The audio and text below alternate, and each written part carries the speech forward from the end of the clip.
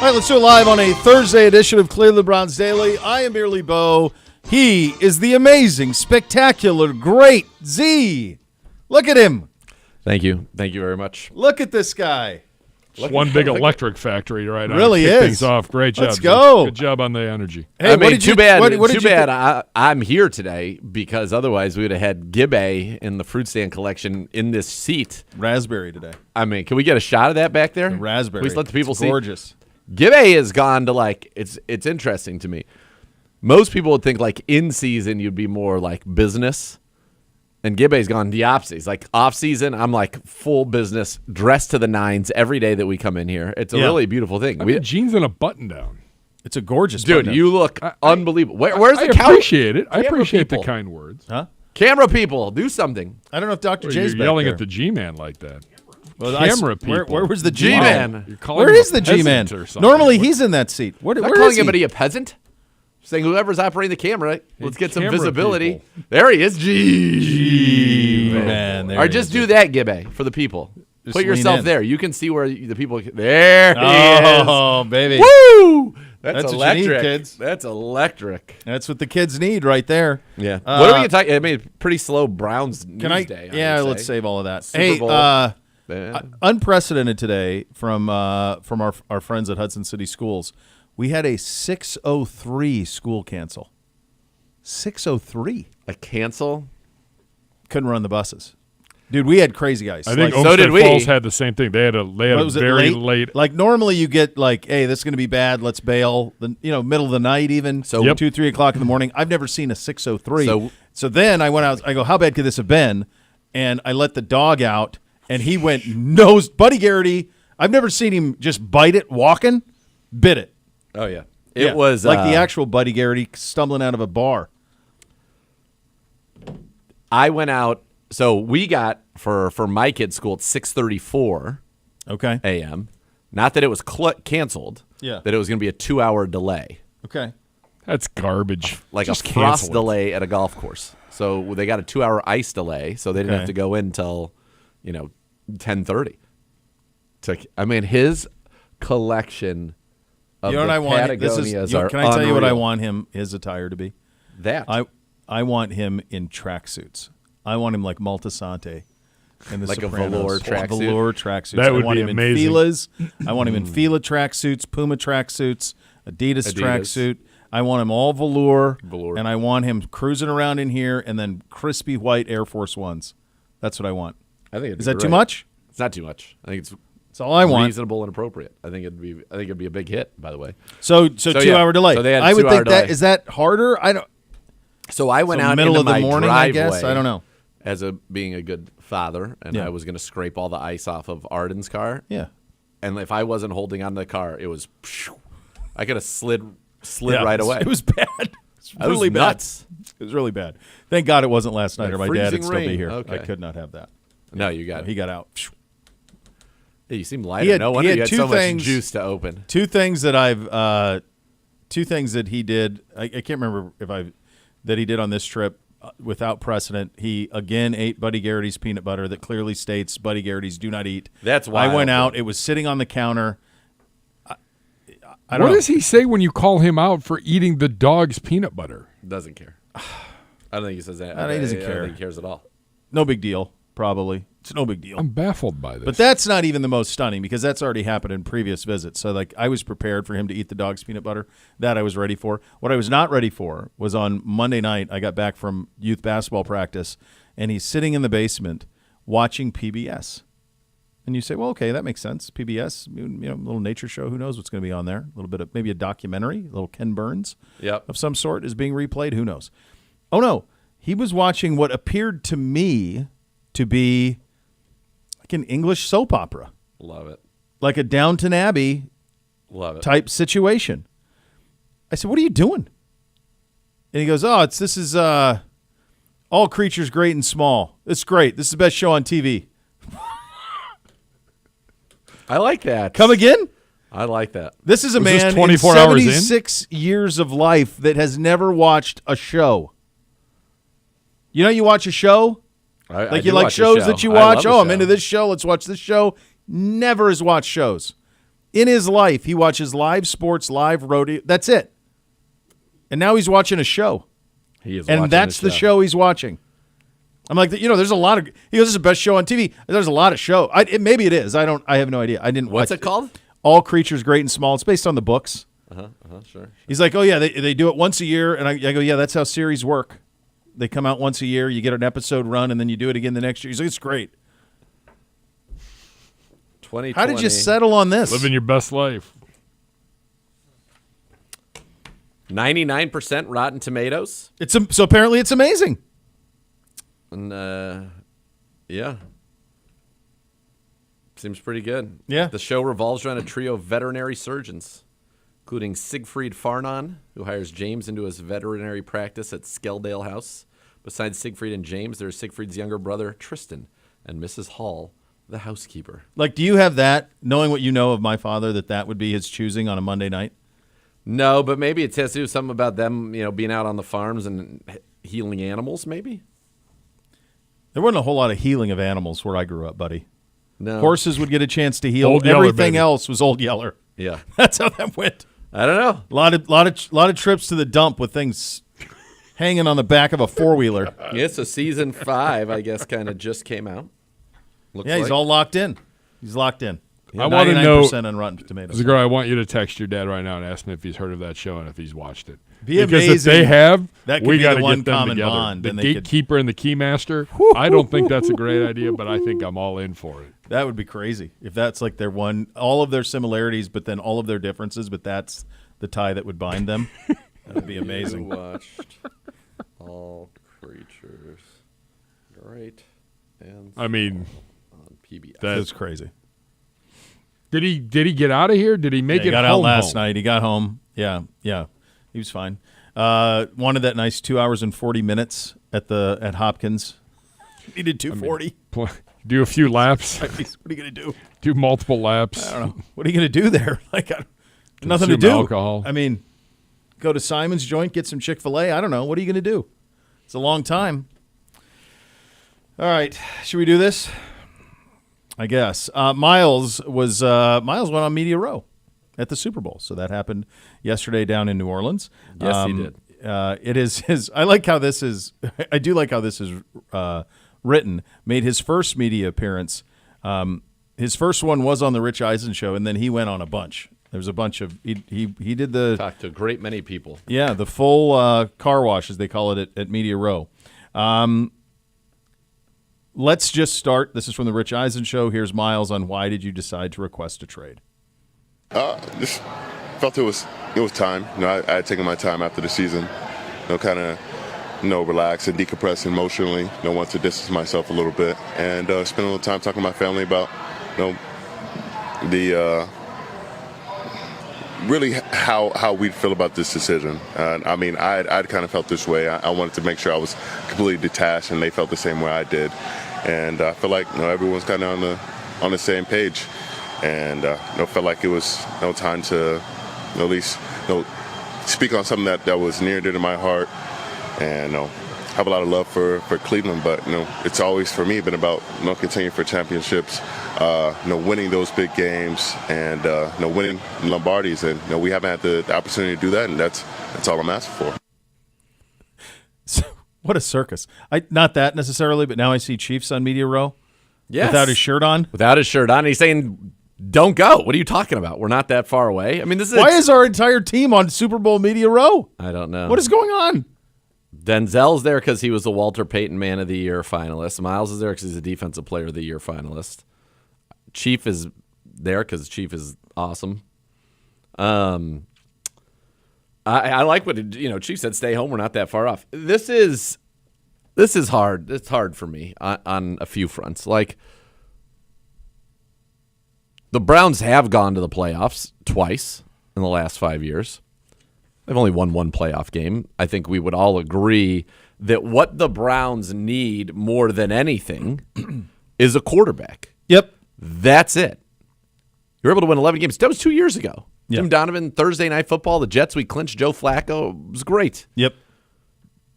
But this team needs a quarterback. And I think what was so interesting to me about, because it doesn't look like we're going to get any of these specific ones in here, because it's more from the Eisen show. I don't think he even got into Jaden Daniels, because then he went on other places and was like, he was on dropping the places that he wants to go. And would you want to play with Jaden Daniels? Yeah, of course. So the thing that's hard for me with that is there isn't a single person, and I happen to know a few Commanders fans who thought in a million years, and I know people in the media, prominent people in the media, Matthew Berry's a huge Commanders fan. Yeah. As much as they were all excited to get Daniels, not one person, none of them preseason thought that team was going to the NFC Championship. No.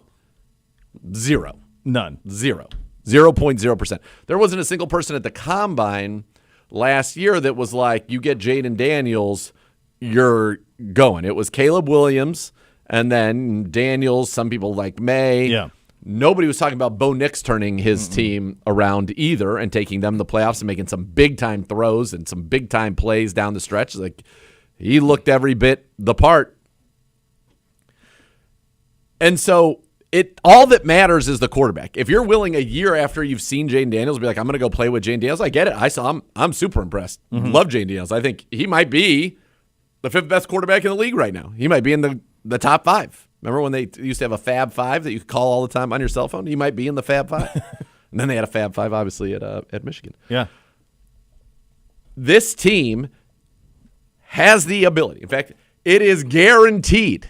It's guaranteed that this team in this draft can come out of it with either Shedeur Sanders or Cam Ward. Yeah.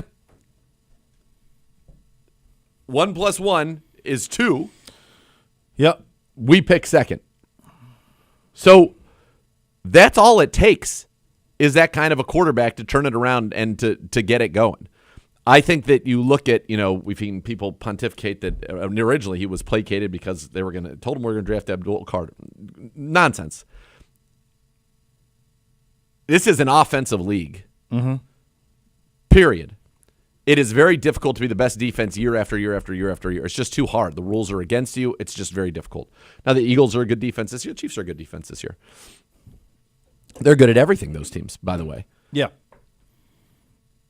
But they've got a quarterback in Kansas City who's transcendent. They've got a quarterback in Philly that is obviously good. They've gotten to the Super Bowl twice. You have to have a quarterback. The Browns are in a position to draft a quarterback. The other side of this with Miles is trading him could really kind of detonate this season. Not because not only are you losing a supreme talent, you're paying a heftier price to have him not play for you in dead money than you would be if he does play for you. That makes no sense. So when you hear Andrew Berry say we're not trading him, I believe that because financially it doesn't make sense to trade him. On the field, it doesn't make sense to trade him. Now, you could get assets, right, for him, and people talk about, a couple of ones and this, and really turn the team around. That's fine, but because of the restructures, at least as I understand it, it's prohibitive to the 2025 season completely to trade him. Now, you could do a post-June 1 designation on that. It's still you spread it out a little bit over 2 years. It's still a big hit on him. So I don't really kind of see, number one, look, everybody understands, and we've seen it in many, many different sports, right, where you go to a ready-made situation and you get to paratroop in, and it's a great situation. You're ready to roll. I do think there's something to – here's the other thing. Part of the reason the Browns are in the position that they're in is because of the Deshaun Watson trade. Yep. And I will, and people, you feel free to vehemently disagree with me. Feel free. But I believe that if you had to make the decision over again, not knowing the outcome, but knowing, let's say in this case, something weird happened with, I'm trying to think who's been like 3 years in the league. I don't know if there's like any. Lawrence, or what are you talking about? Like a quarterback? No, it would have to be somebody better than that. It would have to be like a Burrow or a Lamar. Okay. Or Jaden Daniels does this for a couple of years. Yeah, C.J. Stroud Jaden Daniels, with another with another year where he plays like really, really, really well. and then something comes up where they're available, which they would never be had there not been a huge off-field issue. You took the swing because you were trying to win a Super Bowl. The swing itself was correct. To make that trade was 100% the right thing to do in terms of trying to assemble a Super Bowl winner because you needed a quarterback. Nobody foresaw how badly the performance would be following the trade, that it would not even resemble what you had seen prior to the trade. Or the injuries. I mean, it was the injuries, injuries. every year, right? Yeah, you said no, none of it was. Couldn't have predicted any of it. So, but the fact that it didn't work puts us in a very difficult situation. The fact that we bottomed out in the manner in which we did this year and got a lot of help towards the end of the season from various franchises who won games almost inexplicably, you have the chance to right that wrong. And I've said it before and I'll say it again. If you were to tell me, or if I'm not Miles, but okay, you know that we were close here. We can do some of these things to bring in some other pieces. We've got 5 picks in the top 102. We're going to go ahead and we're going to get a quarterback at 2. We have a chance to get a real good playmaking tight end, a good playmaking receiver, a good playmaking running back to really buttress off so we can score. So you're not always on the field. So you're not always playing from behind. So that we can maybe play from ahead and buttress this offense. And that's all real. That is real. Have things gone well? No. Do you need to hit this year in the draft? Absolutely. It's critically important. The most important is quarterback. Without quarterback, none of it matters. Yep. And so here you are in this situation where you've got these opportunities to turn it around. Mm-hmm. Like, I'm not clairvoyant, Bill. I don't have a crystal ball to say it's a guarantee, but there is no doubt in my mind that Shedeur Sanders and Cam Ward have what it takes to be winning and potentially even elite starting quarterbacks in the NFL. There's no doubt in my mind. None. So you have that opportunity here now. And I think that, you see in David Njoku say, I hope he stays here. Denzel, the headline was, I think, maybe perhaps a little misleading on that. Was much more like, I want him to stay here. I always feel like we're linked, and all of that stuff. But this is a situation that can be turned around, and it has to be turned around by drafting the right quarterback. But if you have a quarterback room that's got Shedeur, Dan Dimes for Gibbe, and Will Howard or Quinn Ewers, like one of them will hit. Something's going to be good, and you're going to have and maybe nothing works to that degree, but I really think with Kevin Stefanski, Tommy Rees, and Billy Musgrave that you have the people in place to try to maximize this. It just makes me really, it's sad. It's hard. I talked to the Hoff. The Hoff had an opportunity, obviously, much later in his career, or a few years later in his career, to go at the trade deadline, not in an offseason, go at a deadline to a team that was definitely Super Bowl bound, and he wanted to win in Cleveland. The Browns are not a better team on the field without Myles Garrett. Myles Garrett makes any team that he's on in the league better. Yep. He's the best edge player in the National Football League and probably one of the 5 to 10 best edge players, and at some point could even be in the conversation for number 1 of all time. Yep. I mean, that's the kind of transcendent talent that he is.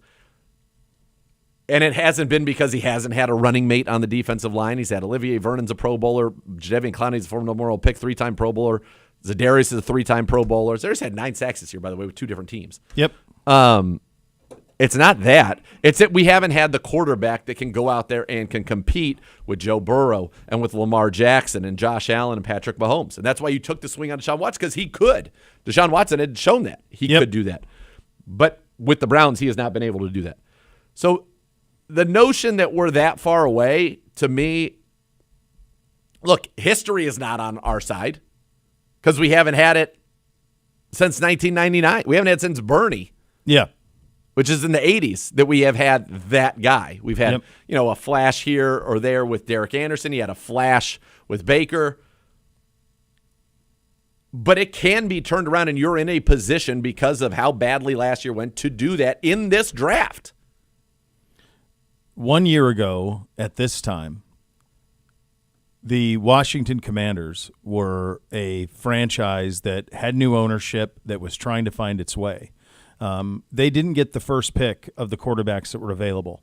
They may tell you now that they wanted Jaden Daniels all along. I would not believe that based on all of the conversations we had at the Combine and the way that people thought about it. It's one of the things I've been so bothered by during this month of people talking about the two quarterbacks is the notion that neither one of them can play. You did your deep dive yesterday on both of them. They can both play. They both have elite traits. They're different traits. They're different players, but they absolutely have elite traits.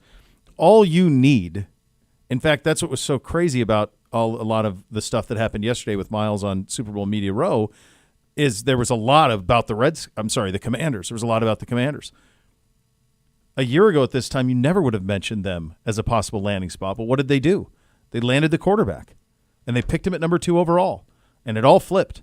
And so that part is the only real solution to our problems. There is not a quarterback in free agency. There is not a quarterback available via trade that you can paratroop in here and become a franchise quarterback.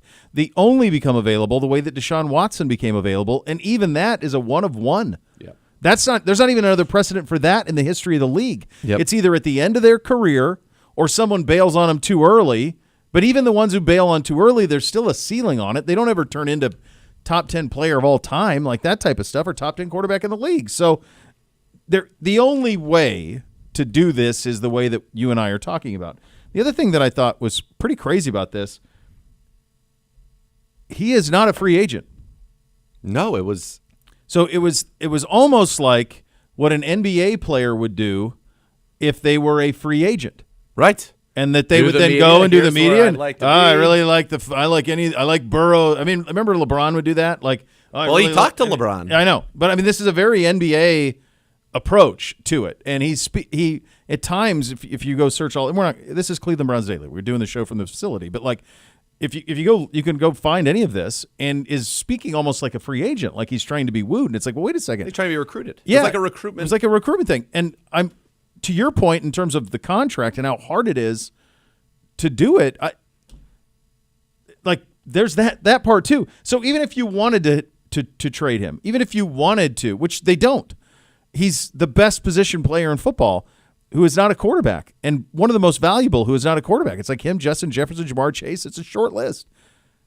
It's so impossible to do right now, even if you wanted to, and they don't want to. You'd have to designate it right. Post June 1st. But like it's just still it's not great. He's still under contract here, so like there's that part of Right. it. The other thing that struck me, and it wasn't just Miles, because Joe Burrow's doing it today. But he's doing it in a different. He is a different. But what I'm curious about is if this is NFL players, really for the first time, trying to do the player empowerment that we've seen. It's not going to work. It doesn't work. It's not the NBA. But the only people who can do it are quarterbacks and DNs. They can put and receivers, the Chase, Jefferson, those true impact players, and it's obviously quarterbacks can do it.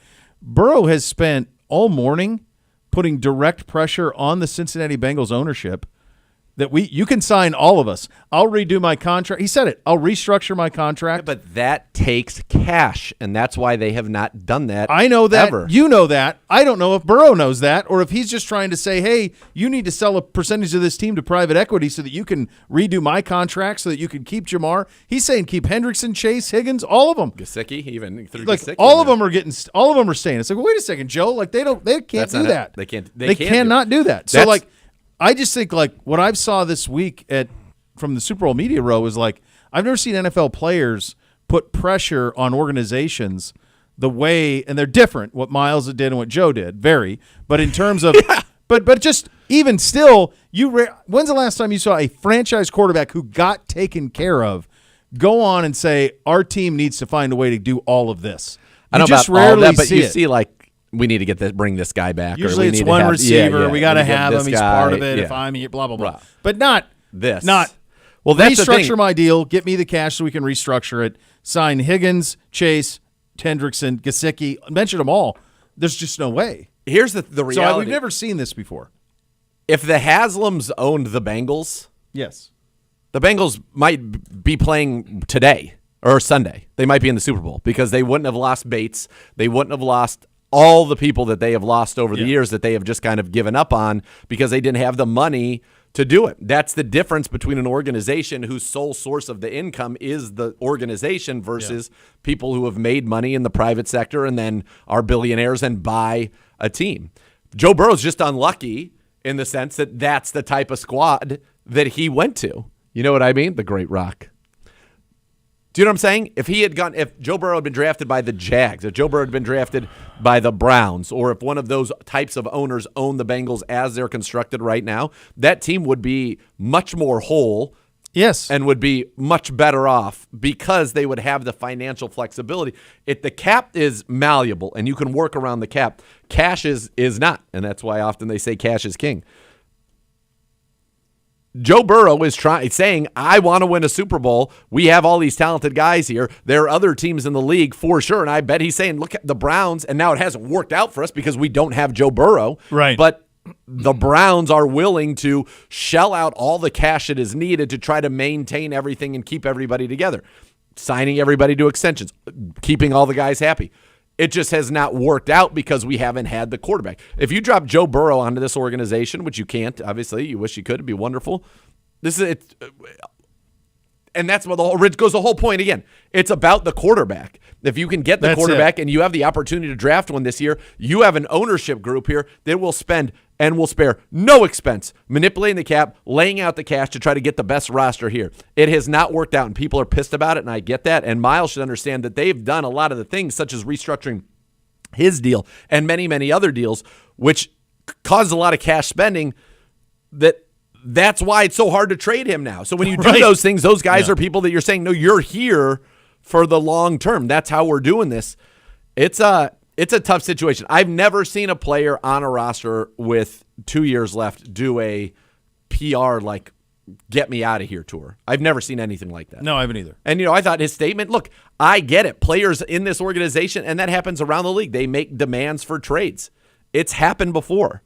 But I don't know that it's gone to that level. I thought his statement, while, was rather direct in some ways and very transparent in what he was trying to say, was fair. I want him to win.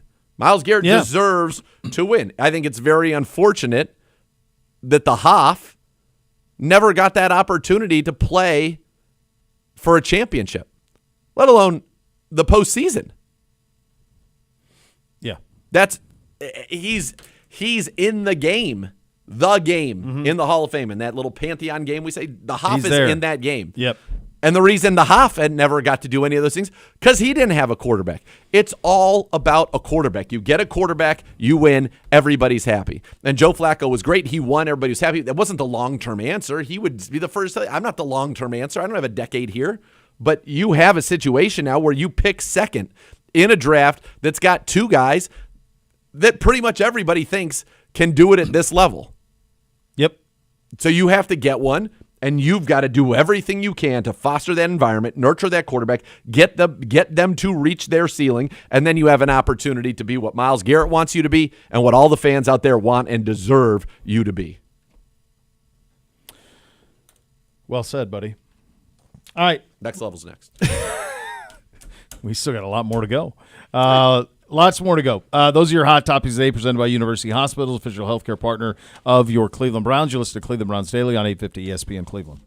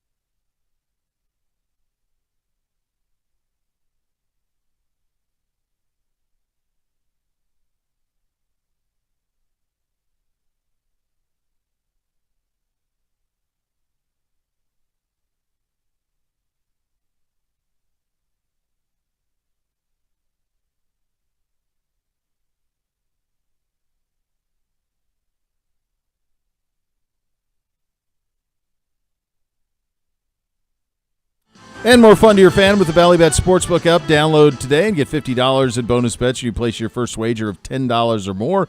Bally Bet, official sports betting partner of your Cleveland Browns. Time for a little higher or lower. Hello, Gibby. Gentlemen, hi. Oh, how are you? Welcome to Thursday. It is a nice Thursday. Yeah, it's going to be like 40 degrees today. It's a heat wave. Is it? It is. Didn't feel like it when I came in. It's supposed to tease. And then back into the doldrums of garbage. I cleaned that up for the kids at home. Yeah, it's pretty bad. Thank you. Cold, icy. Yeah, it's awful. This will test all of your metal. My worst weather here is March when it's like 40 and rain. See, I That's my disagree. worst. I think this is the worst month. I know that this is in the brochure. We're halfway home. I know February is going to be cold. March looks the 45-dayers. It doesn't look like there's any joy until maybe April. Maybe. Well, what are you going to do? That's why we're getting out. I like joy. Sapped of joy. Joyless. Yeah, we could use it. An infusion Going to of Indy in a joy. few weeks. That brings us joy. I believe you love it. love I the think you combine. alone love the combine. I think you like Gibby, it more than for your tomfoolery and everybody ballyhoo. I think the rest of us are like, I enjoy body it. bag. I enjoy it, but not See? to the level that Gibby does. I don't know that anyone aside from like the downtown business owners in Indy enjoyed as much as Gibby does. That's fair. Yeah. I think they make their whole nut that week for the whole year. It's yeah. combine week. Like Absolutely. that Prime 40, All those. whatever that place. Prime 47. That joint Yeah. and the Elmo's. Elmo's and Harry and Izzy's, like their whole year is made. Yeah. We went to a place last year that closed at 8 o'clock. A dinner place. It was not a great decision Just by them. closed. Because the food was amazing. Food was good, but like they just closed at 8 o'clock. Crazy. Yeah, they even had There's alcohol no and business. everything. Yeah, no, we're done. Okay. Now, to be fair, we were the only ones in there, so obviously there's a reason for it. But that just tells you, like, that's the whole economy down there, I think. Yeah, no question. All right, this is from Jordan Reed, our good friend at ESPN. He ranked the top 12 college quarterbacks coming out in this year's draft after All-Star Game week. So my question to you is, who should be higher, closer to number 1? Who should be lower, closer to number 12? All right. Hit it, Kev. Higher or lower? Number 1 is Cam Ward. Number 2, Shedeur Sanders. Should he be higher, lower, or is he just right? Bo Bishop. Shadeur's my favorite quarterback in this draft. I think he's. Z had an incredible breakdown of it yesterday. It's a lot of the stuff that I thought in the time I've watched him play. I think he sees it. I think he's incredibly accurate. I think his arm is more than fine. I think he took a beating in offense that had no offensive line and no run game, and he stood in there and he threw. And it wasn't nickel dimers. It wasn't a screen every other play. Like it was Billy Raftery. little Billy Raftery. He loves to suck down a Johnny Black. Yeah, a nickel dimer. God, he's the best. Him and Vern Lundquist sucking down Johnny Blacks in the hotel lobby in Newark, New Jersey was an all-timer. I'll just tell you that. Actually, I think Billis might even have been on that crew with them. Might have been the three of them. Pretty loaded. It was loaded, Loaded. and they were. Billis enjoys a cocktail. 3. So Shadeur's number 1 for me. So I'm looking at this through the lens of the Cleveland Browns, and Shadeur's number 1 for me as well. I think Cam Ward might be number 1 to the majority, not majority of the league, but to. I think it could be split amongst the league. I think there could be teams that are running, certain style offenses that would say we want Cam Ward, and there are teams that are running, other offenses, and I would think of Lions, us, Rams, anybody in those type of systems. The McVay, Shanahan, Niners obviously would prefer Shedeur Sanders. So Sanders is my number 1, so I would say that he is better than that. But you're talking about, to me, a divide between those two and everybody else that is as big as the Grand Canyon. Like, I don't think there's a third quarterback, and I'll dive into it and really, I'll do kind of what I did on Cam and Shedeur. I'll do that next on Dart and Milroe, although my mind is pretty well made up on Milroe. And then you could do McCord, Howard, and Ewers. That would probably be a good trio to do together, and then Gabriel, Rourke, and Leonard I'd do as a 3. Yeah, the Buckeye 3. I really think, though, that Shedeur Sanders he's everything that I want in a quarterback. Everything. I mean, you could say, he was 6'4", well, fine. But Okay. how big is Jaden Daniels? Right. I mean, It doesn't matter. Yeah, like the fact that he's not Josh Allen. There's one Josh Allen's the outlier. He is now, yeah. There aren't that many. I mean, there was a time when it was a steady diet of 6'5" quarterbacks. Like that's what you had to be. That 6'4", 6'5". I mean, like if you think about Manning and even before that, from Dan Elway McGuire. and Bledsoe and that's 6'9". Marino, like all those guys. Montana was the outlier then. Yep. But the majority were those guys. There aren't that many 6'4", 2. I mean, it's Herbert, Allen. Yeah. I guess as long as you're not Kyler Murray. Yeah, Kyler Murray's good. but even if he is, like Kyler Murray's been effective. Bryce Young was effective this year You at the standing on the second half of steps the of the league. combine next to Well, that Kyler. was great. That was a great moment. Yeah. Showing I could post him up. But no, I don't know. He is as prototypical as anybody. 6'2". Next. Higher or lower? Jackson Dart is number 3 on Mr. Reed's list. Jalen Milroe is number 4. Zagura, higher, lower, or just right? Obviously, we have plenty of time. We have 11 weeks from today. So this will change. Again, it's not.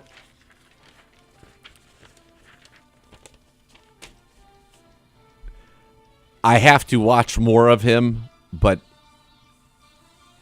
I do think that Jalen Milroe has an intangible about him. He's an incredible athlete. He put an offense on his back, all of that. But in terms of what I want to do in an offense and what Kevin Stefanski wants to do in an offense, to me, he might as well not even be on the draft board. That's what I've been saying. I mean, like, if he's there. Been saying that for a month. If he's there in the 4th round Fine, or but at it's the a end of huge the project. 3rd, you're just saying, okay, we're just rolling the dice here, a lottery ticket. And he's somebody you have to look at for what you believe he can become, not what he is, because right now what he is not is a good, accurate thrower of the football. But so he wouldn't even be on my thing. What you're hoping to find is that he can become, the next Lamar Jackson, but he's not even in that realm as a runner. And Lamar Jackson was actually a much better thrower than people seem to remember at Louisville. Yeah. Yeah. I said this. He was like Jalen Hurts before he went to Quarterback Oklahoma. finishing school. And then he went. That's what Milroe should have done. He should have gone to USC for a year, or he should have stayed with Alabama and played in an offense of the guy who developed Michael Penix, who nobody thought was a first-round pick at Indiana, but he became one at Washington under Kalen DeBoer and the offensive coordinator who they just hired, who spent a year with the out Seahawks. of Alabama. So either of those things would have been more beneficial than trying to learn how to play quarterback at the NFL while in the NFL. So Jalen Hurts, who you weren't all that high on in his Alabama tenure.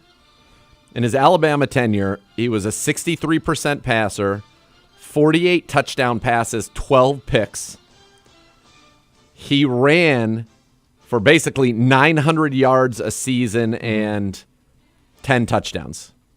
So 900 yards, 10 touchdowns, and he averaged 5.3 yards a carry. I don't even know what Milroe's are, but I'm going to pull them up and we can compare that to those. So Milroe in his time there was 64% completions, 45 touchdowns, 20 picks, so not as good of a touchdown-interception ratio. Significantly fewer rushing yards. Now more rushing touchdowns because he was basically their goal line back. But he averaged 4 yards a carry. And not as many explosive runs at all. So he's not even – Hurts is even more dynamic, I think, maybe than Milroe. The only thing I will say in defense of Milroe versus Hurts is that Hurts played with probably the best group of receivers in the history of the Alabama program, and there was really only the Ryan Williams kid, who's a 17-year-old, he was really Who did he his have only in 23? receiver. In 23, it was similar. There wasn't a whole lot of weaponry there. Yeah, he was better in 23. Obviously, that was with Tommy Reese. They didn't have they did not have they had that run where they had Judy and Ruggs and Waddle and all those guys, Devonta Smith. Like that's when Hurts was there, and then they transferred into Tua. But they haven't had that type of weaponry. It doesn't discount what you're saying because I agree with you. By the way, Hurts then goes to Oklahoma and goes 70% completions, 38-51, 32 touchdowns, 8 picks, and runs for 1,300 yards and 20 touchdowns. That's what he should have done. And he went in the second round. And he could have got probably $2.5-3 million in NIL. And he went in the second round. Yeah. And Lamar, Lamar was not as accurate, although he was a prolific passer in terms of touchdowns, averaged like 28.5 over his last 2 years there with 9.5 interceptions. But then Lamar was running for 1,600 yards and 20 touchdowns and 7 yards a carry. Yeah. Like, he is. And look, there has been coaching and it's gotten better, but to me, he feels a lot more like a Malik Willis than he does a Lamar Jackson. Yeah. And Malik Willis ended up going in the third. Mm-hmm. And it kind of was a nice little backup for the Green Bay Packers Yeah, he this did a year. nice job this year. Yeah. We'll get back into the QB things, but the Cavs have just made a trade on NBA trade deadline Kevin day. Durant coming to Cleveland. Can you believe it? I'm kidding.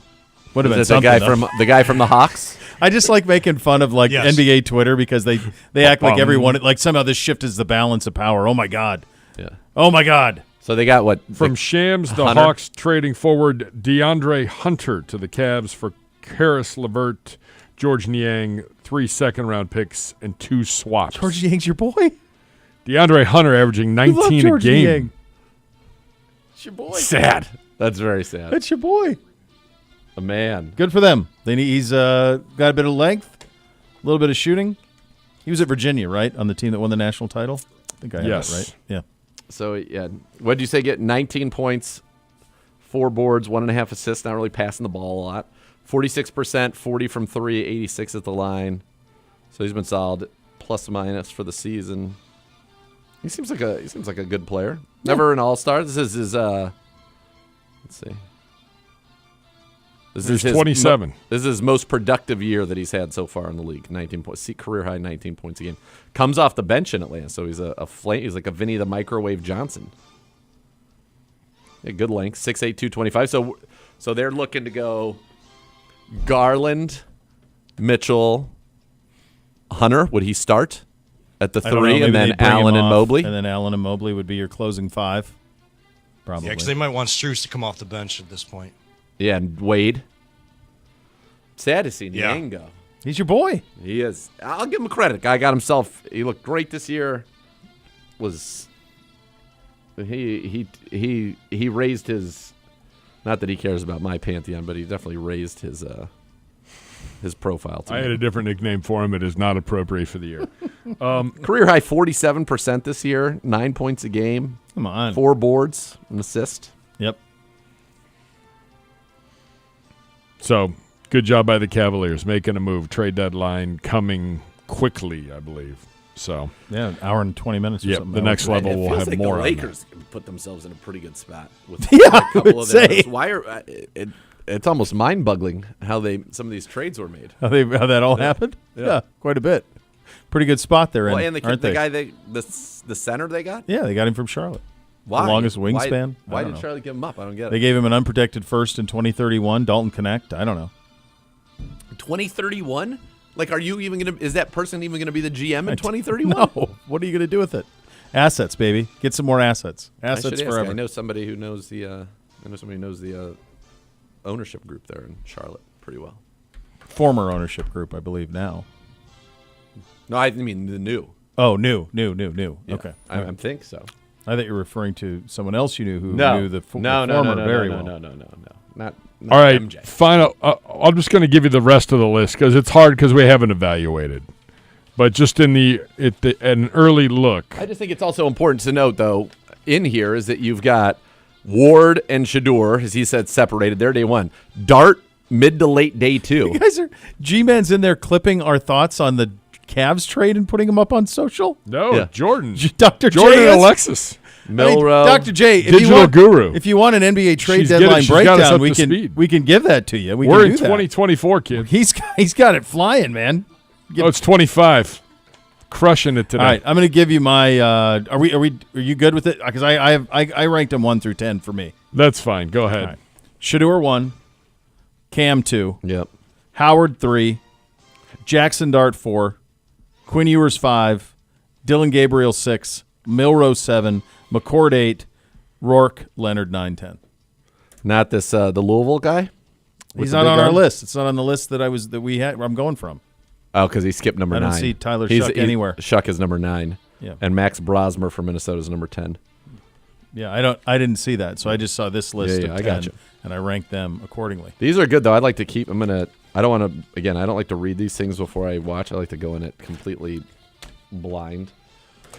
That's today's edition of Higher or Lower. It's good, Gibby. All right, there you go. Sound bites from around the sports world coming up next. You'll listen to Cleveland Browns Daily, presented by Ballybet, official sports betting partner of Cleveland Browns on 850 ESPN Cleveland.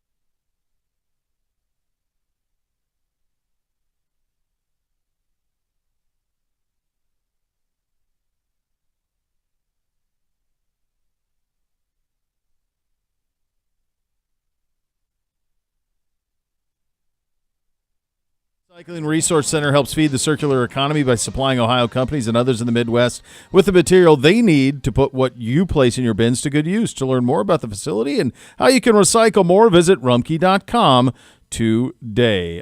Some sound bites from around the sports world. Former Ohio State offense coordinator Chip Kelly went on the Audible podcast with Stuart Mandel and Bruce Fell and spoke very highly of his time at Ohio State. Here is Kelly on what makes Ohio State so special. What makes Ohio State so special is that, the brotherhood there is real. Those guys truly love each other, and they played for each other and were as connected as any team that I ever had an opportunity to be around. And there was a maturity to that group that was led by the seniors, Donovan Jackson, Seth McLaughlin, Will Emeka on offense, and then JT, Jack, Cody Simon, Lathan Ransom, Caleb. There's so many. I hadn't been around a team that had so many leaders. Sometimes it falls on the shoulder of one or two people, but it certainly fell on the shoulders of an entire group. Travion Henderson. I know I'm missing guys. It's because the list keeps going on and on. Incidentally, today officially Brian Hartline named the offensive coordinator Ohio State, and he will call plays. He's the best position recruiter in the sport in the last decade, and has never called plays before, but he's gotten an apprenticeship under Ryan for all these years and now under Chip for one, so it is certainly time for him to take on that role, and officially that is done. They're just waiting on defensive coordinator down in Columbus. One of the guys, and probably the most important recruit of Brian Hartline's career, was Jeremiah Smith. Here was Chip Kelly on the precocious Buckeye receiver. I've never been around a younger player like that is that mature and has that type of work ethic. Most of the time, young guys are still trying to figure out the speed of the game. They're trying to figure out how they fit in and what are the drills. And with JJ, a lot of the things that happen with him is trying to back him off. Hey, you don't have to go full speed right now. It's a Thursday practice. We're going to throw the ball to the left side of the field. We're going to shut the right side receivers down. And he would get mad. No, I want to run the backside post. And we're like, JJ, we're not going to throw the backside post. He's like, I don't know, but it's a rep for me. I need the rep. And it's just that maturity and that work ethic to go along with as good of physical skills as I've ever seen at that age is really what makes JJ special. 2 more years. At least the kid can get rich. He's crushing it. In the old days, he couldn't. You just have to, Claret had to challenge. And Claret actually won. People don't realize that. Claret actually won in his lawsuit and gained the ability. You don't have to do that anymore. Now you can get paid, and Jeremiah will. Peter King, who's been on this program before, was made an appearance on The Main Event with Andrew Marchand. Here is PK on Irv. Dealing with Michael Irvin was utterly fantastic. Everybody else there was buttoned up. Irvin was absolutely wide open. The first time I ever interviewed him at length, he said, I'm going to take you to my office. And he took me to a strip club. And I quite literally interviewed him at a strip club. And he loved it. He said, man, this is great. Now I got something to hold over your head. The great Irv. I wanted more, but it's all behind a paywall. He talked for 40 minutes, and I guess there were some amazing stories, but I wanted more from that. Yeah, I'm going to tell you, I would tell you that you remember that show? Originally it was supposed to be called Showtime, and I think they switched it to Winning Time on HBO about the Lakers and Jerry Buss. Yeah. You give me the Cowboys, Jerry Jones, Jimmy Johnson, late 80s, early 90s Cowboys, one of those, that would and be I'm really in. good. I'm in. Yeah, I'm that in. would be really I good. The think idea that that would gets you on a beach with little drinks come with on. umbrellas. With those guys, come on. Give me that. Give me that story. Hey, come on. He was also, this continued, his relationship, Peter King on his relationship with Bill Belichick. I haven't talked to Bill Belichick since 2006, which was pretty hard in my position. But he got mad during Spygate at something I wrote and said, and so he just chose to never talk to me again. But that's just the hazard of the business. That's the way life goes. Since 2006, he's had to write about them. How many Super Bowls did they get to? And he would not talk to him. No. Little Arya Stark and Bill Belichick. He's got a list. Boy. Got a list, baby. All right, second hour of the program coming up next. We kick it off with the mailbag. You're listening to Cleveland Browns Daily on 850 ESPN Cleveland.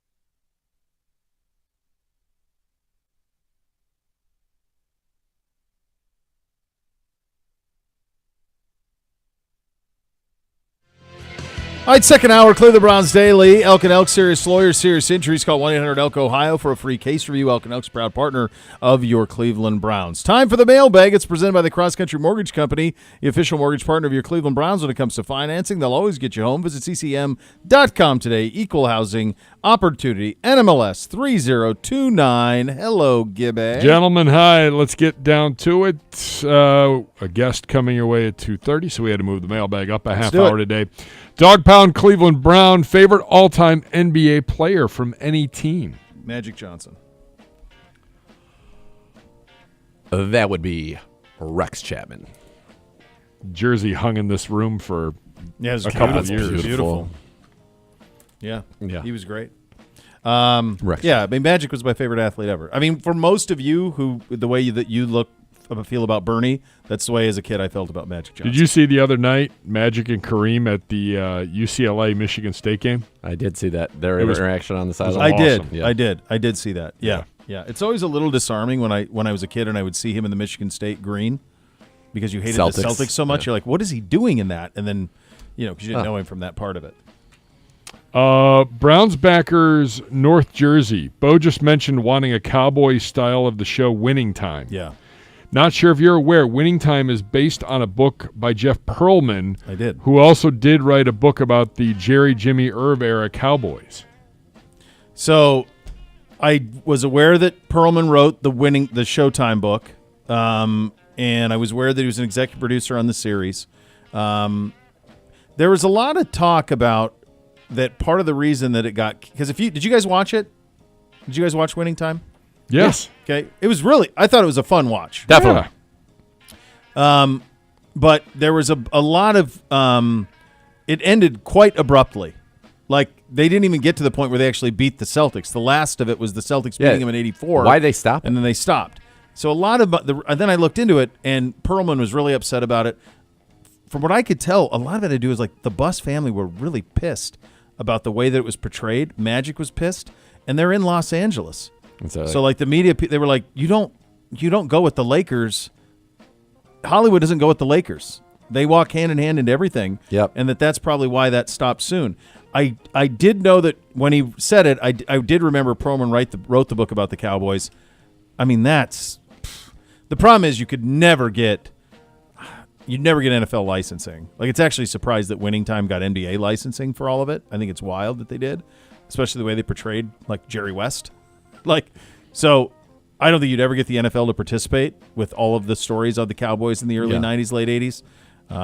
But if you did, Jerry might be crazy enough to do it. He might like himself being portrayed. I think he would sign up for that in a heartbeat. As long as he got final say on the edits. That'll be the goal at the He might Combine. even play I'm going to himself. find him He at can. Steak and Shake. Yeah. Are you going to tell me he can't? I saw it with my own eyes. Did you finish, by the way? Landman, did you finish Tomorrow night. it? Okay, so you have one episode left? Yep. There's the Okay. finale. Still going? Yeah. We were traveling. There's a lot going on. You want to watch that in Yeah. locked in. Yeah, locked in. Yeah. Menudo Man, speaking of Super Bowl and Super Bowl coaches, why does Joe Gibbs not get more respect? He won 3 Super Bowls with 3 different QBs. I think very simply put, because he disappeared off the face of the football landscape and went and ran a NASCAR team. And did it quite well. Yeah, I mean they won championships with Tony Stewart with Joe Gibbs Racing. I think he just he had him and Denny Hamlin. I think that he probably just because he had those Super Bowls and then he just left like in the middle of it to go into NASCAR. Which was what, in like the 90s? 92? Yeah, early 90s. Yeah, he just hasn't been around. He just hasn't been around. Then he went back. Remember, Snyder got him to come back and coach them again. And it went okay, but not like obviously what it was before.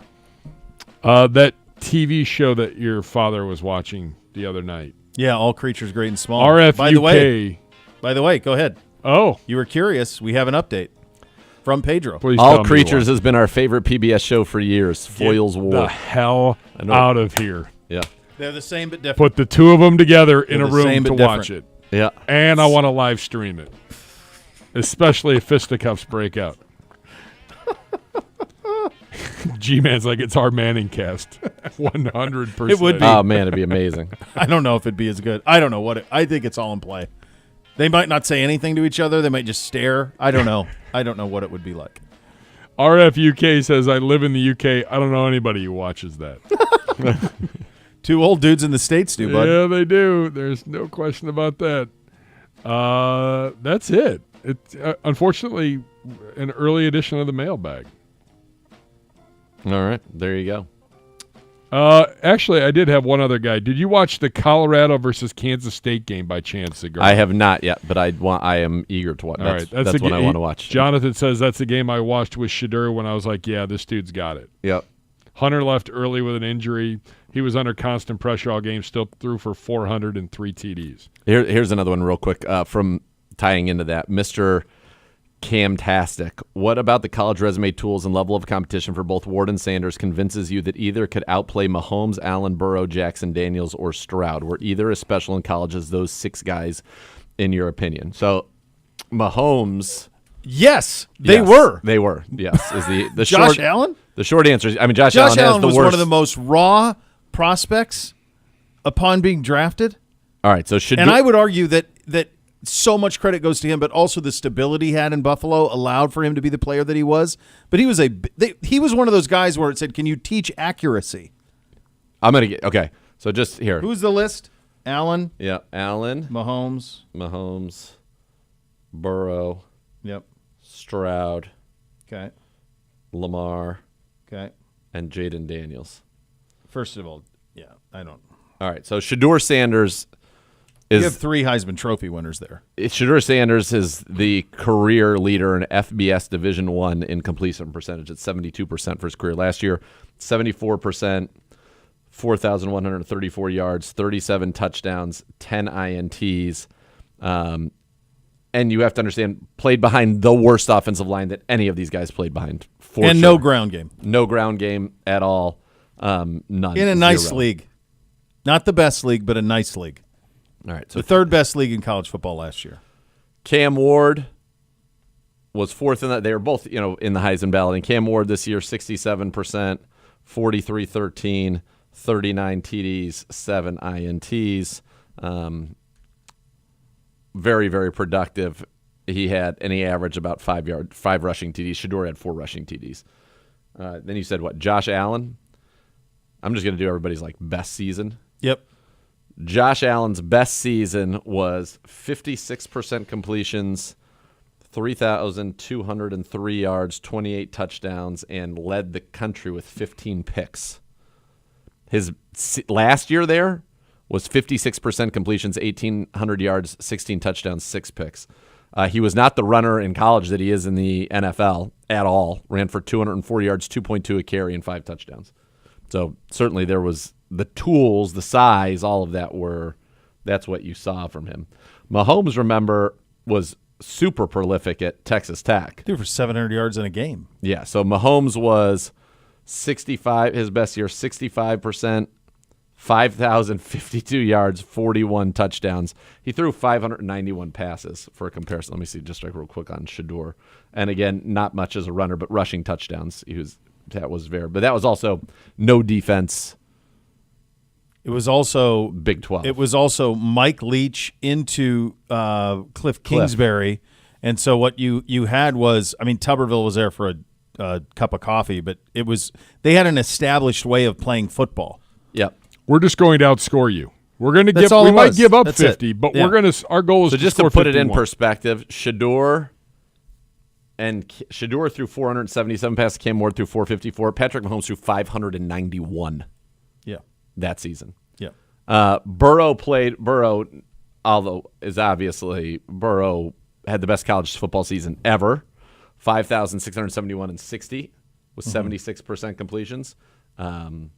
He's not making. That's actually what he did. No, that's not Xbox. That's what he actually. No, did. that's what he did. And he played with 70 what percent? 76. 5,671, Yeah. 60 touchdowns, 6 picks.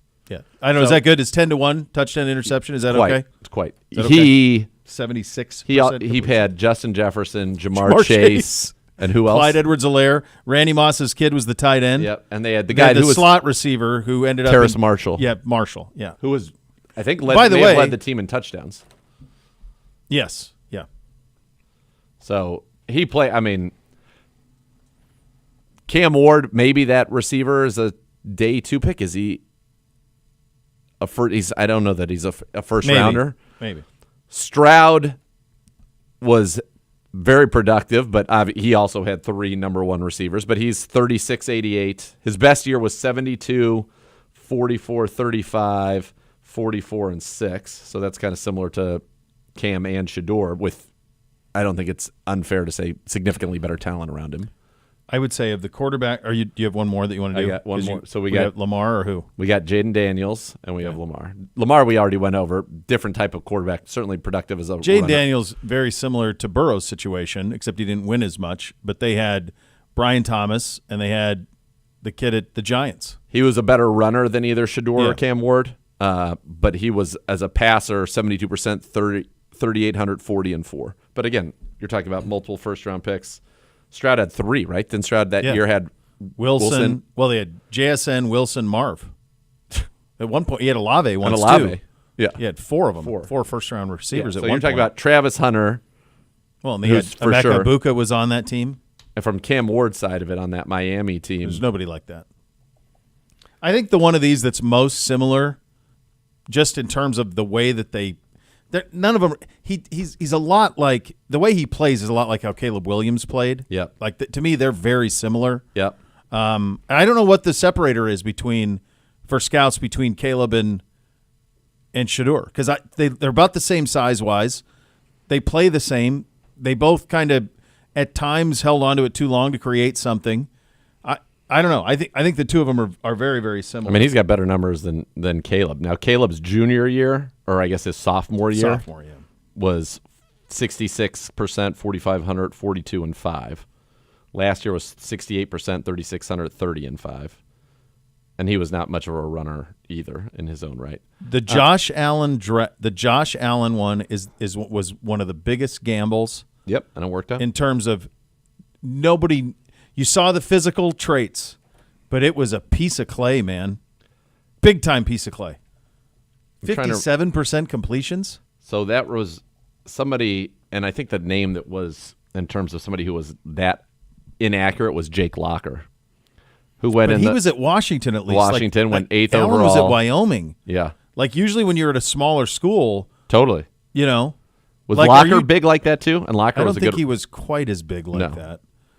Solid runner. No. But he was that's what I remember at the time of that draft. That's what people were saying. There's only person that had a completion percentage that low was Locker. And obviously he did not. That didn't work. I mean, there's no doubt these guys are as productive. Now, Burrow and Stroud had a completely different scheme. If you were to extrapolate, by the way, Shador's numbers to 591 attempts, he has a better completion percentage. He would absolutely have more yards, more touchdowns than Mahomes. Same with Cam Ward, by the way. Yeah. So, they're certainly apart. Burrow's season is the greatest season ever.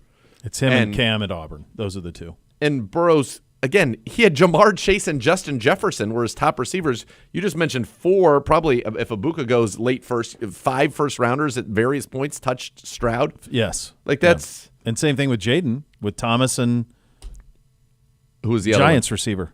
Oh, Neighbors. Right. He had Malik Neighbors and Brian Thomas. Last year at LSU. Yeah. Like Shador has Hunter, and then Cam Ward. Who's playing 110 plays. Cam Ward's best guy is Restrepo, who had 1,127 yards and 11 touchdowns, and then he had that good tight end that I was talking about, Elijah Arroyo at 590 and 7. They had another guy, Jacoby George, 752 and 8. Now you're talking, that's the thing. You're talking about some of these teams where you are loaded up. Yes. Loaded up. Yeah, that LSU team, Brian Thomas had 1177, 17 yards a catch and 17 touchdowns. Neighbors had 1569, 17.6 yards a catch and 14 touchdowns. Yeah. Yeah. Come on. Sheesh. You put the peanut butter and jelly on first when making a PB&J from Trey. I go peanut butter on both pieces of bread. And then I go jelly on made one. A peanut butter and jelly sandwich. Really? Even for the kids? How do you do it? In a long time. I do peanut butter first, jelly on the other piece of bread. Okay. But with no peanut butter buffer, I'm with you. Fritos or Doritos in between. Doritos in there, my God. Yeah, there you go. The cheese? Nacho cheese right in the middle of peanut butter and jelly. You betcha. I'll be damned. Never heard of that.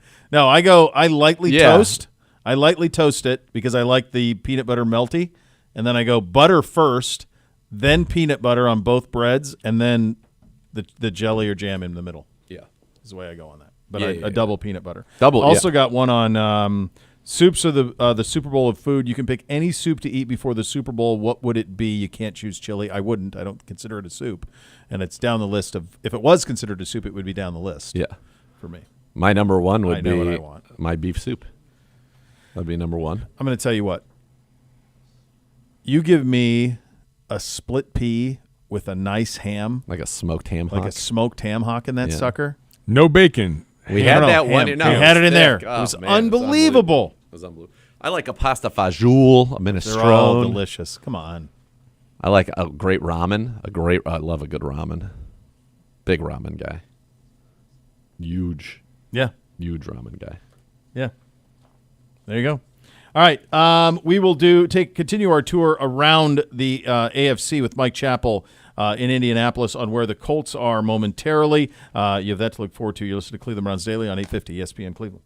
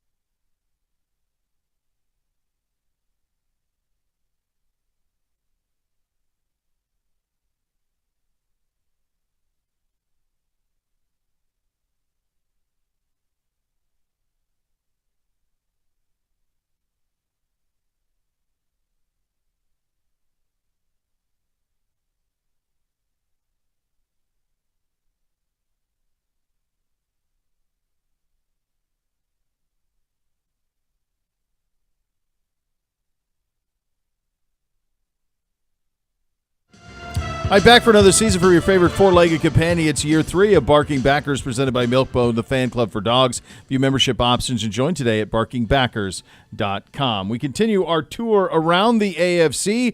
Team reviews, off-season previews. We are in Indianapolis now. Mike Chappell, now of Fox 59 in Indy. He's a Pro Football Hall of Fame voter. He's covered the Colts since '84, and he joins on the Twisted Tea Hotline, presented by Twisted Tea Hard Iced Tea, official sponsor of Cleveland Browns. Keep it twisted, Cleveland. Mike, thank you so much for taking the time.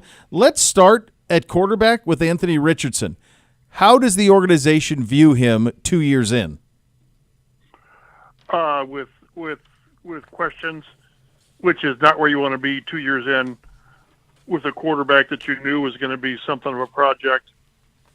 It just hasn't gone the way they anticipated. What really messed it up was having the shoulder injury 5 games into his rookie season, and that it limits him to 4 games as a rookie. But almost more importantly, it didn't allow him to do his off season work to become a better quarterback and learn the position.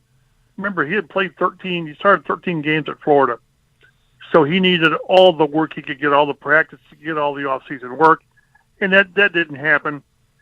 And I thought we saw a regression in the total package last year. Yes, he's a dynamic runner. No one questioned that, but he completed like 47% of his passes. Mm-hmm. That was a franchise worst. And this franchise has been around a long time. This goes back to Baltimore. So it just doesn't. You can't compete in the NFL when your quarterback, a good day is 50% completion. So that's what this offseason's got to be all about.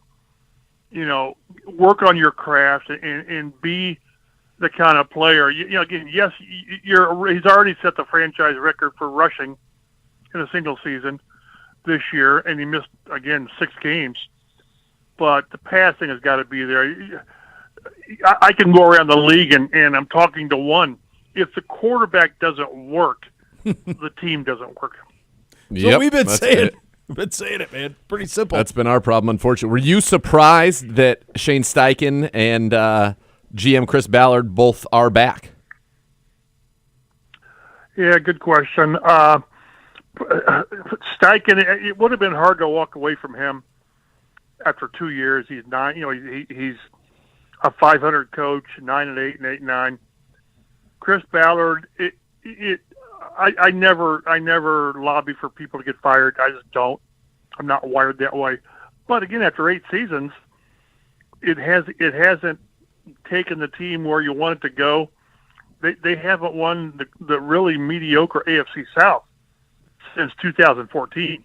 Yeah. And there have been some bad teams. In the last 2 years, Houston has begged to get beaten in the division, and the Colts haven't done it. It just shows the trust that owner Jim Irsay has in Chris Ballard. It would have been really hard to get rid of Chris Ballard and keep Shane Steichen, because you're telling your new GM, whoever that is, oh, by the way, here's your coach and your quarterback, which would have been really difficult to do. So no one has said it, but 2025, something's got to happen. They have to show some serious improvement, which means I would think at the very least a wild card berth. And again, division would be ideal. And if that doesn't happen, maybe they just clean house. And a lot of people around here thought they should have done that this year, which is really hard to give up, again, on a young head coach. And maybe more so a quarterback who's 22. He started 15 games in the pros, and he shows you some stuff. So it'd be really hard to give up on a quarterback like that. But if it doesn't work, then you reset it for next year, and it's going to take you, 2 or 3 years to come back from that. So if Richardson doesn't work, it's going to be several years before this team gets back to where it's at least competitive. So, Mike, what are they from your vantage point, what do they need to do this offseason to give Richardson a chance, the best possible chance, to prove what he is at the highest level. Because to me, as I was listening to you to answer that question, you talk about being a wild card team and all of that in 2025. He has to make a leap. What in your view do they have to do, free agency, draft, support staff around him, to get him in a position to give them that type of reward? Well, providing he holds up his part. Yeah. And because, again, one of the biggest stains on last year, the injuries, yes, but they benched him 2 games last year because he just hadn't shown the right preparation or whatever, focus, detail, whatever, which to me is damning. That's just damning for a quarterback. But let's say that he takes care of his business and he's back to where, not back, but he's completing 55%. I don't know. I've got a low bar for him. But the rest of the team around him, you're right. The offensive line is going to be different. Ryan Kelly, 9-year, all-pro guy and all, or Pro Bowl and all this, probably won't be back. Will be a free agent. He wants to play. They have made no attempt to re-sign him. Braden Smith, their right tackle, missed the last few games for personal reasons, and they've never expanded on that. So whatever he's dealing with, it's significant. Hopefully he comes back from it. If not, I hope they'll move on, and hopefully he'll get his whatever resolved, and he can get back to being Braden Smith, nice guy. Right guard Will Fries was playing at a Pro Bowl level, and he breaks his leg, I don't know, a month and a half into the season. So there's 3/5 of your offensive line. They need to tight ends so bad. Their collection of tight ends caught like 39 passes this year. The last time they had a group catch fewer was in 1994. So, and this is a team that a lot of people thought that Brock Bowers would have been a nice addition to it. What did he catch? 100 and some 1,000 yards. So offensively, they need to fix the line, which they've drafted to sort of do that. You need a tight end. You need a backup running back because Jonathan Taylor, running backs get hurt, so they need somebody to step in and be a decent replacement when he's out, if he's out. And they need a pass rusher, as everybody does. They need a starting outside corner, and they need a starting safety. And then depth, all that stuff. But they need to be active in free agency, whatever people think that is. I think they need to add 3 or 4 players. I'm not talking a backup, whatever. I'm talking a guy to come in, and if he's not going to start, he's going to be a significant rotational guy. But they need to add 4 guys, free agency, which they really haven't done a lot. They tend to want to re-sign their own. But there's too many holes, and there's too much urgency to win to stick with the way you've done it, because the way you've done it largely hasn't worked. Yeah, well, it's a good draft for tight ends. If that's the way that they want to go there with their first pick, number 14 overall in the first round, should have an opportunity to maybe get a good tight end there. That's a good receiving core. Do you think, in terms of the quarterback plan, you mentioned Richardson. Obviously, he's the one that they hope can, you said, get to 55%. You had Joe Flacco, who we certainly love from his time here in Cleveland last year. But right. Is this a team where you think they're going to bring in a kind of capable backup? Because, in terms of Pittman and Downs and Pierce, who averaged 22.3 yards a catch this year, Adonai Mitchell as well, you've actually got some real talent at wide receiver. You got a great ground game, and then if you add a tight end in this deep tight end class, you could have a real nice skill group on offense to go with a quarterback. Yeah, it's funny. I did something on Pierce and Mitchell the other day, and it kind of but it's really kind of telling. They had 3 receivers with 800 yards this year, and that's happened one time in franchise history, once. And that was in 2004 with Marvin Harrison and Reggie Wayne and Brandon Stokely. They were all over 1,000. Yep. I like the room. You'd like to have take the top off the defense guy, the number 1 guy, the Chases and Jeffersons and those guys. Well, you don't have that. Which, if you can complement that elsewhere, fine. It's a good group. Running back is, again, Taylor rushed for 1,400 yards and he missed 3 games. Tight end they need, and I should have mentioned it in what they need to add. They need to add not a competent backup quarterback. They need to add a quarterback who comes in and makes Richardson earn the job. Now, I guess open competition, you'd say that's what I would do, because I don't know what he's done in 2 seasons to say, yeah, he's our guy, because he hasn't stayed healthy and the accuracy is a problem. But boy, of all years, and Cleveland will be going through this, of all years to try to reset either a starting guy at quarterback or a big-time backup, this is not a good year. It's just not. The draft is, no one's saying that these couple of guys are surefire franchise quarterbacks. And, boy, if you look at the possible free agent market, you know, the Kirk Cousins and maybe Derek Carr and Marcus Mariota, Jameis Winston, I mean, Daniel Jones. Yeah. I mean, Sam Darnold maybe, but they probably keep him. So, but they need to bring in somebody to where, you know, like last year, Joe Flacco was not here to be a guy to push Richardson. He was here to be the backup. And that's why Flacco, as good as he was, as much as he served his purpose last year, he won't be back. They need somebody, whoever that might be, to come in and doggone it, there's competition and the best guy wins. Yep. Because when he was a rookie and they had Minshew here, after one preseason game, they named Richardson the starter because he was a 4th pick, I guess, in the draft. So, and again, like I said, it's not a good year to try to find that guy. There's not Justin Fields, maybe if Pittsburgh lets him go.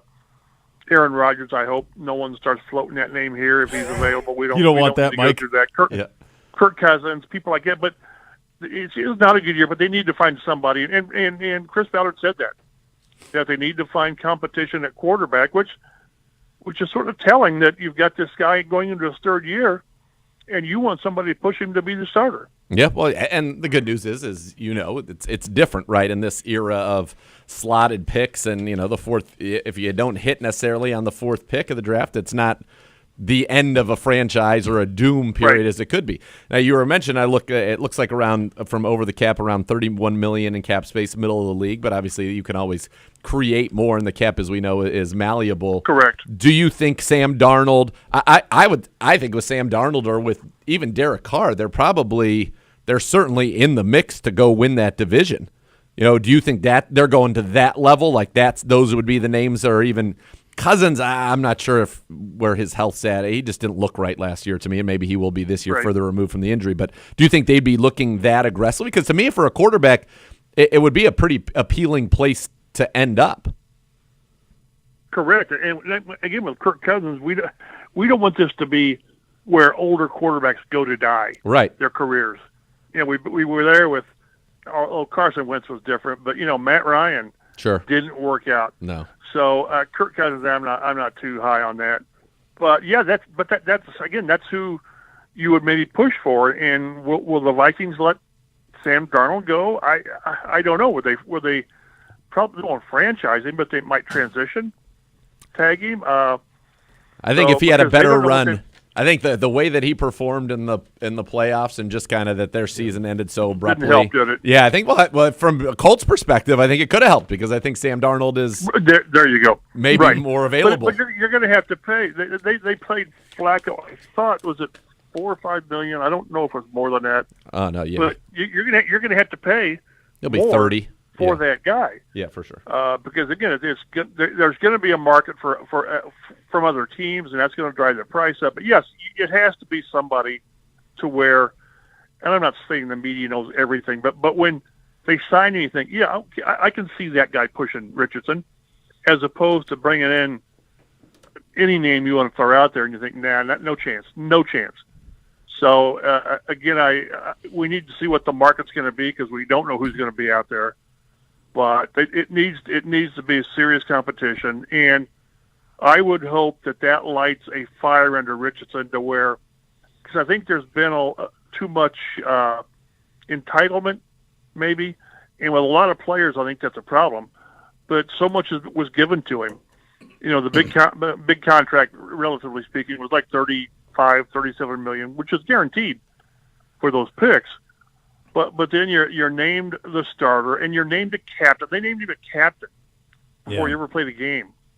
So that was he didn't handle it right because he was 21 at the time, and they didn't handle it right. So it either works or it doesn't. And if it doesn't work, it's going to be an ugly end of the season.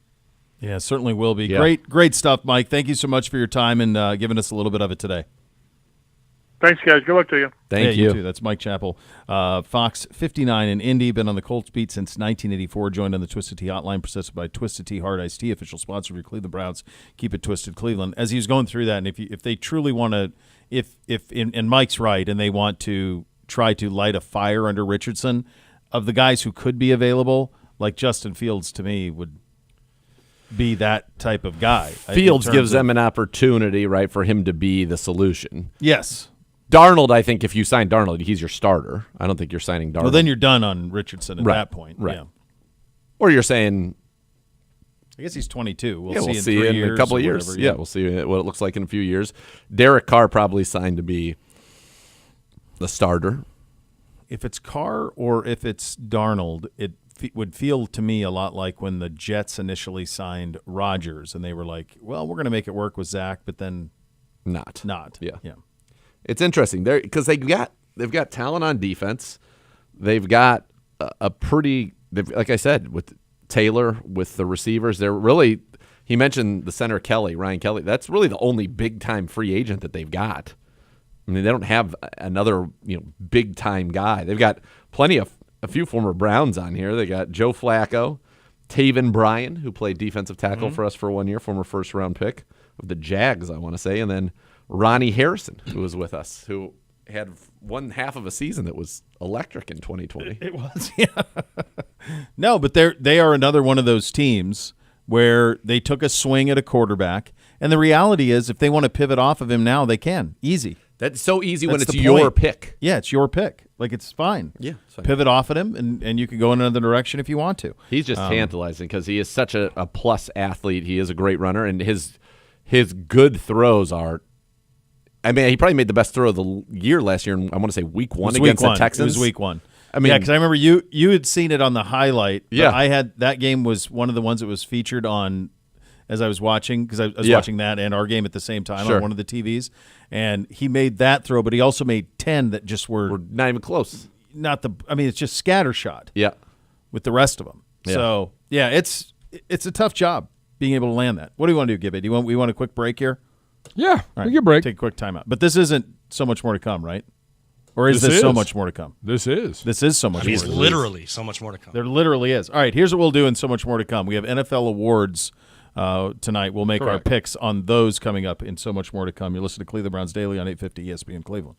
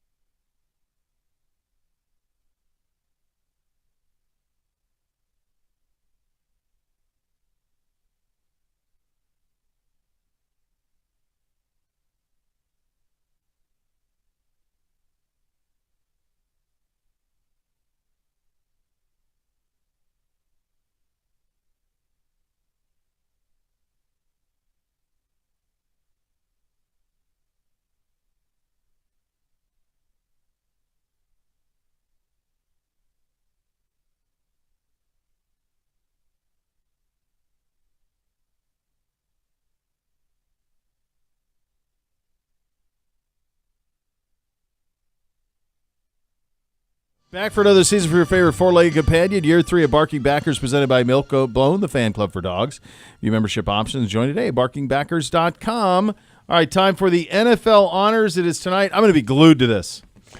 There's a lot going on. Greater Cleveland Sports Awards. Zagura. That's where I'll be, gonna baby. Be there. Chris Rose emceeing tonight. I did not know this. Best wishes to Chris. I'm going to be honoring the man right here. Oh, There there he it is. is. There it is. Yeah. Hey, Great hey, JD. Hey, come on. There's also NFL honors tonight, hosted by Snoop. What goes wrong here? Offensive Rookie of the Year. Your finalists: Brock Bowers, Jaden Daniels, Malik Neighbors, Bo Nix, Brian Thomas Jr. Your winner, gentlemen. When was this vote taken? At the end of the regular season? Yes. Jaden Daniels. Defensive Rookie of the Year. Cooper DeJean, Braden Fisk, Quinion Mitchell, Chop Robinson, Jared Verse. Verse, probably, yeah. Good. Quinion Mitchell, Toledo Rocket. Loser. Jeez. Offensive Player Shots of the fired Year. at a Port Toledo Rocket. MAC guys should stick together, like the SEC. Not that school. MAC. Not MAC. that school.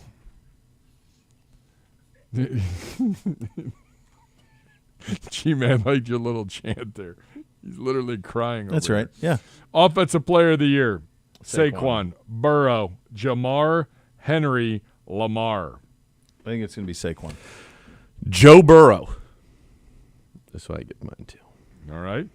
Defensive Player of the Year. Zach Bond, Miles, Trey Hendrickson, Patrick Surtain, T.J. Watt. Is this who we would give it to or who we think's going to get it? I've been doing it who we think's going to get Who it. we think is going I think Hendrickson's going to get it for leading the league in Hendrickson's sacks. going to get it, too. I think they'll see the Surtain's sack going to numbers. win. The Pro Football Writers of America voted Surtain last week. Okay. It's very rare for someone to repeat. That's Pretty why. amazing that his dad was a great corner and then he's a great And then corner. he Like, is. Yeah. to just stack it. It's pretty wild. Yeah. At the same position. Comeback Player of the Year. Burrow, Darnold, Dobbins, Gonzalez, Burrow Hamlin. missed like a couple. How many games did he miss last year? Like Yeah, it can't be Burrow. That's ridiculous. Sam Darnold. Darnold would be who I think. Wait, why is- and I think you could do J.K. too. Can I ask why Hamlin's on there? It's 2 years 2 removed, years right? removed. Yeah, it's because 2 he didn't months. really play last year, but this year he did play. He was a starter. Yeah. But Yeah. who was your pick, Darnold? I got Darnold, yeah. Darnold. Coach of the Year, Dan Campbell, Kevin O'Connell, Sean Payton, Dan Quinn, Andy Reid. I think it'll be Kevin O'Connell That's what I said. Yep. on that. I could see Campbell doing it too, but I think O'Connell kind of came out of nowhere. Sean Payton ought to get some consideration. That's a pretty loaded field. You could make 2 minutes. You can make 2 it. minutes. You can make an argument for Dan all of them. Quinn for every one Yeah. of them. They all were great. Yeah. That'll be a good award. That'll be interesting to see what comes from that. MVP, Josh Allen, Saquon Barkley, Joe Burrow, Jared Goff, Lamar Jackson. I'm giving it to Lamar Jackson because I think he had the greatest season ever, and I know he's won it twice. This season's better than any other year that he won it, and I don't know that there is, given what they do, I don't know that there's another person you could put on that team that could do what he does. Josh He Allen probably is should have. gonna He get it, probably. I think Allen will win it. I think he probably shouldn't. Maybe if he hadn't have won the other one, this is the one he should have won for. For sure. This is the best he's ever been. For sure. He was great when he won it unanimously as well, but like he was This out of might his be the mind best this year. season Statistically, it might be the best ever. quarterback season ever. Everything all accomplished. One You know the minute, thing 1 that's minute, weird about next MVP level live is, from the Sports Awards. is that the thing that's wild to me is like Mahomes is not a finalist. Now statistically he shouldn't be. Right. But nobody who has any of these players on their roster would not take Mahomes over their guy. Every one of them would. agreed. When So Lamar he's won gonna it, win another Super Bowl and No MVPs. no when MVPs. Lamar won it unanimously, he was 3,127 yards, 36 touchdowns, 6 picks, and he ran for, in that year, he ran for 1,206 and 7. 30. This year, he threw for over almost 4,200 yards, 41 touchdowns, 4 picks, and ran for another 900. Never been done. I mean, it's never been done. No, Never. not at all. We're back tomorrow. The next level is next. Full breakdown of that big Cavs trade from this afternoon, live from the Sports Awards. You're listening to Cleveland Browns Daily.